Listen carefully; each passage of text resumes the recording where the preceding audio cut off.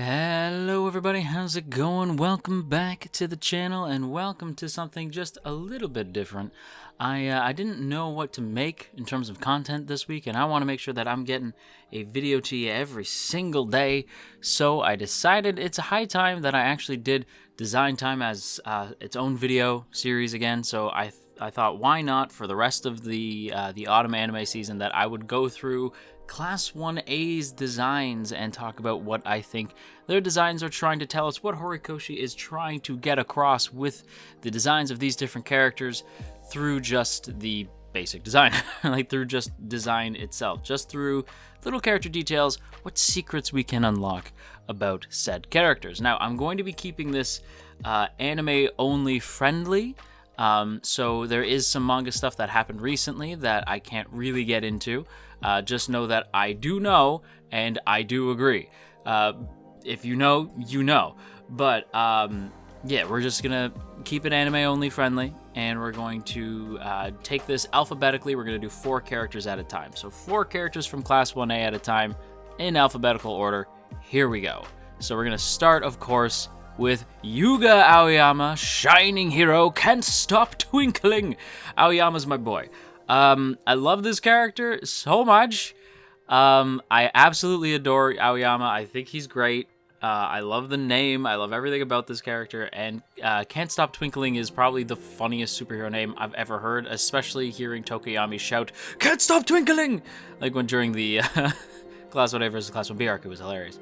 However, what we can get from Aoyama is we see his hair color is blonde, right? He's and he has this sort of, shall we say, like holy knight type of atmosphere to him, right? His attire mimics that of a paladin, right? Silver armor, big cape, angelic looking. He's got like the glasses. His twinkling quirk, right? He comes off as this sort of like paladin, right? And he does sort of come off as almost sort of like holier than thou, right? Even the kanji for his name is essentially superior, excellent Blue Mountain. I don't know what Blue Mountain is in reference to Aoyama, but I do know superior, excellent is very fitting for his character. Aoyama is sort of this figure who comes off as thinking as though he's better than everybody, but that's not really what it is. He doesn't think that he's better than anybody. He just has a bit of an ego, right? But it's not that he thinks he is any better or worse than anyone else. He just really likes himself, you know? He would be like Narcissus if this were Greek gods, right?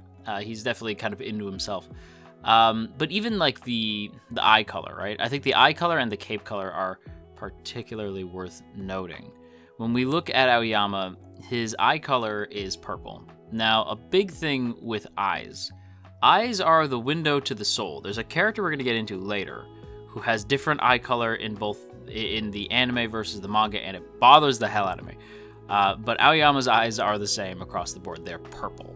Now, purple as a color is very interesting because purple is indicative of either royalty or mystery, right? And mystery and sometimes religion as well. And the reason why is because when we're thinking about color psychology, right? When we're thinking about color symbolism and what these colors do to the human psyche, like what different colors mean and how they affect people, the color purple usually imprints a sense of mystery onto most people. The reason being that for a long time, purple was actually a color only worn by royalty and is often a color associated with religion. I believe sometime around Easter. And so because of that, because it's these two entities that are sort of like secretive and like oftentimes behind closed doors to the general public sort of associates purple with both of those things, but in turn, mystery, because we don't know a whole lot about it. So mystery usually in fiction is purple in fiction is often shorthand for mystery, and like that's sort of what they're trying to tell you. Like mystery is usually represented by purple. So the eyes being purple and the cape being purple, the fact that purple is very much present in Aoyama's design is interesting because this definitely indicates that there's something about Aoyama that's mysterious and different, and we know this, right? Like going off the anime, we know that Aoyama has a bit of a mysterious past, right? We don't know a whole lot about him. He's a bit of a mysterious character, Like, he just is sort of odd by comparison to the rest of the class. And I think just purple is a very interesting color for Aoyama. The fact that you don't really know everything about him. You know, you're not sure of every little piece of him. But there are some other, like, secondary colors in his design as well. The glasses are red, his sort of, like, angelic-looking glasses. He's got yellow outlining the armor. And I think yellow and red sort of accenting his purple and silver, like, standout colors. The fact that purple is definitely a standout color for him, but also silver as well. Silver just, you know, sort of hammering home the paladin thing.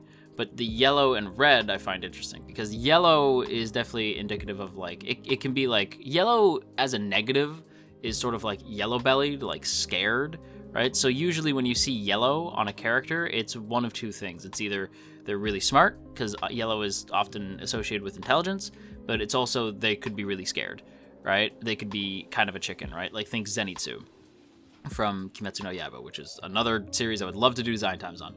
But yellow is often associated with sort of scaredy cat characters, and Aoyama is kind of a scaredy cat, right? But it's outlining, right? It's not who he is inside. He can occasionally be a bit of a scaredy cat, right? And that's why there's a yellow outline, but it's not who he is as a person.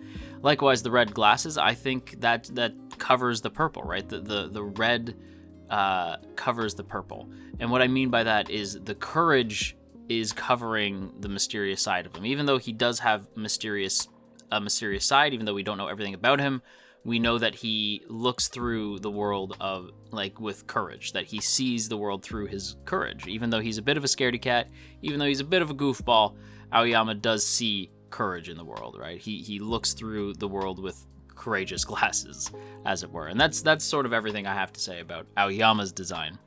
But I do think it's now time to move on to Mina Ashido, aka Pinky. I love Mina. Mina is the absolute best. Mina's got her hair is pink. Everything about Mina is pink. Pink is very much like a big standout color for Mina, right? Her eye color is also interesting because she has I always mispronounce this, so apologies. She has a, like, black sclera, which is like the whites of the eyes. On Mina, it's black, and then she has yellow irises. And this is, I think, just sort of meant to shove you into the idea that maybe she's like an alien or like a bug, right? Like, she's sort of different, right? Like, Mina just doesn't really make a whole lot of sense. Mina, I often associate with aliens, and I'll get into it in a second. But I think for me, the fact that the standout color is pink is very fitting, right? Pink is a very, like, feminine color. And what I mean by that is that Mina often has that sort of, like, spark of fun, right? Like, Mina is a very fun character. She's energetic. She's fun to be around. She can dance. She can whoop your ass, right? Like, she's, like, very fun and outgoing. She has that very, like, feminine sort of, like, excitable color, right? It's why pink is, like, my favorite color, right? I love wearing pink because I feel like pink just kind of matches my personality, right? Like, fun, outgoing, if a little bit timid at times, but Mina's anything but timid. Mina is all the positive qualities of pink, right? Like, pink has a lot of positive qualities, and Mina's pretty much all of them. Very, very, like lively, fun, maybe a little immature. Pink, it can be a bit of an immature color, and Mina definitely can be immature, but it's definitely this sort of fun, caring vibe, right? Mina definitely is a caring character as well. The pink, I think, is just perfect for her. Like, the fact that she's all pink, I think, makes so much sense.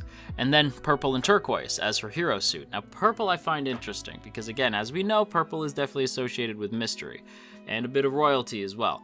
And I do think Mina thinks she's queen of the class. Her and Aoyama definitely feel like royalty amongst the class because they kind of be a little bit full of themselves. But I think for the most part, even though she does have the purple turquoise design, I think that's more so just, to me, meant to sort of indicate, like, again, that sort of alien nature, right? In fact, let's get into that. So the whole, like, she actually wore her hero suit colors on her backpack before UA. So these colors have been with her for a long time. And the whole, like, her original name of Alien Queen, I think makes a lot of sense, right? So, like, she has this sort of purple turquoise color scheme, and it sort of is otherworldly, right? And the fact that she wears all pink, and again, the black sclera and yellow irises, and her quirk power, like, her quirk in general, it's acid. So Mina is just one big reference to aliens, right? She's essentially one big xenomorph reference, right? Like, she's a huge reference to Ripley's Aliens, right? Or Ripley's Aliens? What am I saying? You know what I mean? She's a big reference to Aliens. But on top of that, too, even the name Ashido is just the pronunciation of acid. And then me in Mina can be read as San, which is 3, but also acid. So she's just acid, right? Acid. And again, I think it makes a lot of sense. Like, the sort of purple turquoise colors, purple can also be associated with poison. If we think of Pokemon, right? The purple in Pokemon is representative of what type? Poison type. And that makes sense for Mina, right? Turquoise, I'm a bit more sort of iffy on, and I would love to hear everybody's thoughts on the purple turquoise. Maybe I'm misreading it, but I've always taken it as sort of indicative of being otherworldly, and again, like I said, very indicative of the acid nature to her character.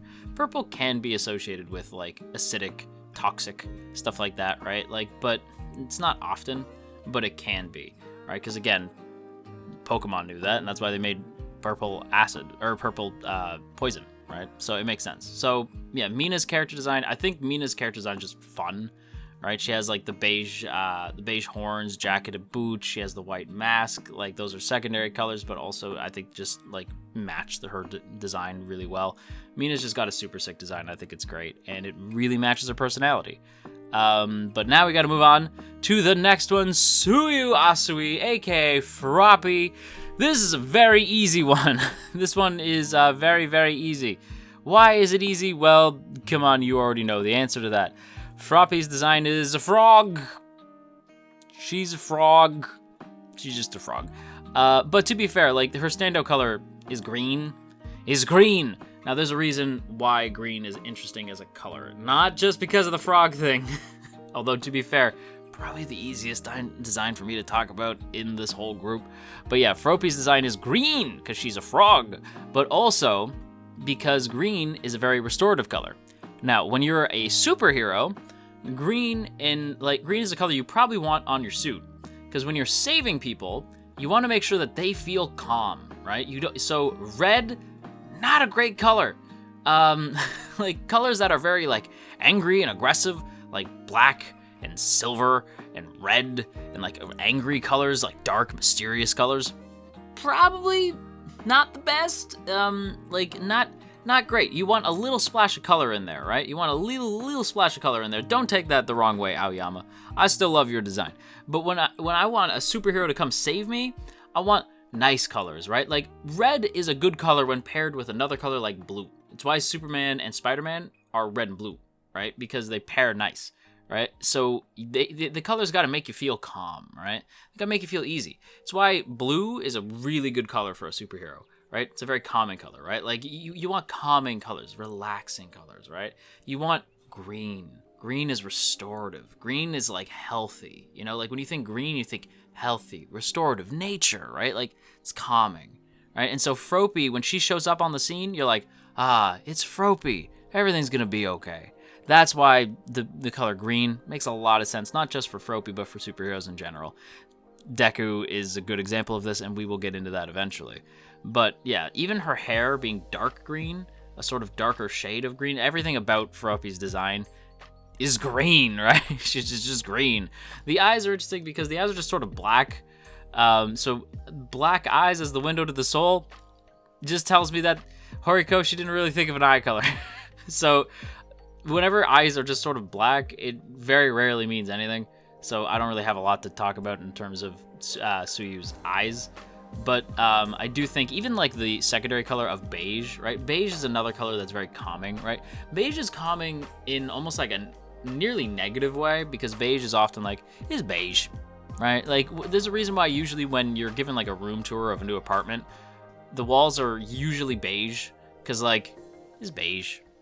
It just makes you feel good, right? Like, it's just nice. It's just a basic color. It's just calming. It's just like, you see it, you're like, it's beige, right? Like, you don't really get much from beige, right? So like, beige often pairs well with green and pretty much any color, really.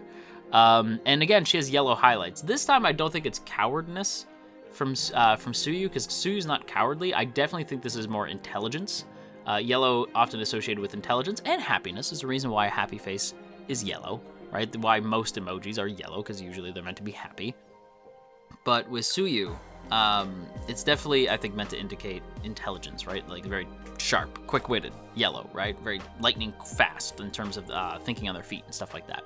So I think yellow makes a lot of sense. Also, some notable features, too, is just essentially scuba gear, because she has, like, the goggles, she's essentially wearing a wetsuit, and the flippers, and that just makes sense given her character, right? She's definitely, like, the aquatic one. She's the one on the team who would probably hang out with Aquaman if they went to the DC universe. And when written all together, the kanji means rainy season. And that makes a lot of sense. And I think it just sort of fits the character, right? Like, she's a frog. Very easy design, right? Frogs like to hang out in the rain. There you go. She swims. She's a frog. I don't know. But then the last character that we're going to talk about this week, let's talk a little bit about Iida. Let's talk about Tenya Iida, who, fun fact, is probably my favorite Class 1A character. It's definitely a toss-up, but Tenya Iida, my absolute boy, the turbo hero, Ingenium, one of my absolute favorite characters in the whole thing. And he's definitely, to me, the standout color is definitely like blue, but also white, and we'll get into that, right? So the armored areas on his suit are definitely white, while the blue is sort of the underlayer. And the hair color is a really dark blue, and the eyes are a dark blue. Except this is the character whose eyes are different in the manga. So for whatever reason, the eye color is dark blue in the anime, but they are red in the manga. That is weird. I don't know if I like that. I don't know if I like that. Now, in fairness, Iida is one of the characters that definitely changed the most between original drafts versus, like, the end product, right? Like, in the original design, as you could probably see on the screen, he was far older looking, sort of more of like a down-on-his-luck civilian design, which is very interesting. And then there was this one, where it's this sort of bizarre alien-looking thing as his hero outfit. I don't like it. Honestly, this is the one time I'm going to actually point to the anime as being a little bit superior in this regard, because even though Horikoshi did nail Iida's design by the end, the one thing he screwed up, in my opinion, was the red. I don't think red eyes make any sense. I don't think that fits Iida as a character. I mean, it kind of does. Like, it sort of does, and I'll talk about why in a sec. And screw it, we'll talk about it now. So, red eyes, okay, again, eyes, the window to the soul, right? Like, eyes are very telling. The color you choose is very important.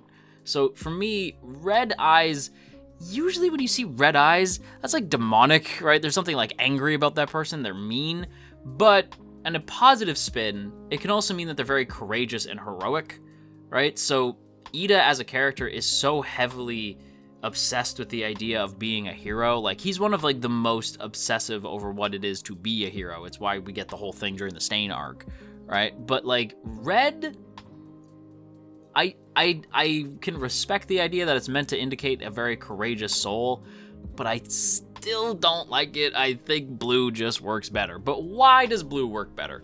Because blue is literally Iida, right? Okay, when you think Power Rangers, right? Each of those characters each of the Rangers are very specifically picked to be those colors. What is the Blue Ranger every time? He's the second in command, usually the smart one, very heroic. That's blue. Right? Blue is the secure one. They're comfortable with themselves. They are secure in who they are and what they are, right? They know who they are and they follow through, right? The only time Iida has ever wavered from that is the Stain arc, and even then it wasn't so much wavering from who he is as much as wavering in what it is that he should do. He never really falters from who he is. He's always very self-confident, right? He knows who he is. He knows he can get the job done, right? And I think that just makes a lot of sense, right? There's a reason why, like, most, like, security or, like, most, like, in fact, I'd say most, like, figures of authority typically wear blue. because they're meant to. Blue is supposed to make you feel secure, right? Again, like it's another reason why I think blue as a hero color makes a lot of sense. Blue makes you feel secure. It makes you feel like you're being taken care of, right? And blue for Iida makes so much sense. As a hero, that's just who he is. It's what he should be doing. Now the white just sort of pairs well with the blue. And I think it just looks good, but also white is definitely sort of a, like, when you think about it, white in terms of like light is the combination of all colors, right? So like you put like light through a prism, and then at the end of it will shoot out all the different colors, right? It becomes a rainbow, because light, or aka white, is just the collection of colors, right? So white is definitely, has this sense of like purity to it, right? It's pure. It has everything in one. It's the purest color, right? Like, because it's everything. Think angels, right? Angels in fiction are usually clad in what? White, right? So Iida, am I saying Iida's an angel? Yes. But I'm also saying that as a hero, makes sense to have white and blue. Makes you feel secure, but it also makes you feel like they're a pure-hearted hero. Iida likes playing the villain, when they're doing pretend, and he likes playing the hero when they're playing pretend. Iida's very pure. He's very innocent, right? He dives into everything with all his heart, because that's who he is. He's the class rep, and he's the class president. He's freaking great, right? Like, so he puts everything. He puts his heart into everything, right? And honestly, I think one of the biggest things for me that's very telling of the fact that, like, this is who Iida is, right? Is the whole Sentai look to his character. And when you look at Iida, he's the one that looks most like a Super Sentai character. And Sentai, if you don't know, is just the Japanese name for Power Rangers, right? Like, in Japan, it's called Super Sentai, not Power Rangers, right? And keep in mind, Power Rangers is literally just Sentai that gets dubbed and brought over, right? So Sentai is essentially superheroes, right? They're superheroes that transform into heroes. Instead of putting on a suit, they transform and they become the heroes, right? They get the cool helmets and they get the cool outfits, and that's very much indicative of who Iida is. Iida's sort of like a Super Sentai character, or maybe more appropriately, a Kamen Rider type character, you know? So like that's definitely like who Iida is. He's a Sentai character, you know? He's a tokusatsu type. He's the type of character who can henshin and transform and whoop some ass, and it's a very heroic thing, right? Like, and that's very indicative of who Iida is. Iida would have a design that's very much like a Japanese hero, right? Makes a lot of sense. And even the name comes from the Japanese name Skanda, which is Itaden, right? And protector of Buddhist temples, known for their speed, and apparently Ingenium means genius, and is also the name of a family of engines. So even Iida's name is very appropriate for who he is, right? Again, if you're just looking at the character design, right? I throw a character design at you, and I tell you their name. The name and the design should tell you everything about that character. And when it comes to these four, I think we can tell that, like, Iida, Tsuyu, Mina, Aoyama, these designs really tell you a lot about these characters. And I can't wait to tell you about everybody else. Can't wait to tell you about Araraka, Ojiro, Kaminari, and Kirishima next week. But until then, outro. And that's gonna do it for another video for this week, everybody. So I hope you guys enjoyed. If you did, don't forget to boop that up snoot, share if you care, leave a comment down below, and of course, make sure that you hit that subscribe button, ring that bell, and set notifications to all. Let all of AniTube know that you are here. And before we go, as always, I have to give a big thank you to my wonderful masters who help keep this channel afloat. And of course, I have to give a special thank you to the Masters of Masters. And they are Izevi, Asaki VT, Elizabeth Just Elizabeth, JCran23, Jeremy P, Matt87 Eagle, Shadow Creative, Shiorans, Stephen G, Stevie W, Trapmaster, Trevor W, and Tristan G. Thank you all so much for your continued support. It means the world to me, and if you too would like to see your name scrolling past the screen, or maybe have your voice shouted out at the end of these videos, be sure to check out that link in the description to our Patreon page, or you can hit the join button right beside the sub button. Either way helps out tremendously, and I thank you a lot for it. And yeah, that's it for me. So, until next time, make sure you clean your room. It's filthy. Seriously, a clean room is a clean mind. Just think about it, okay? Anyway, bye.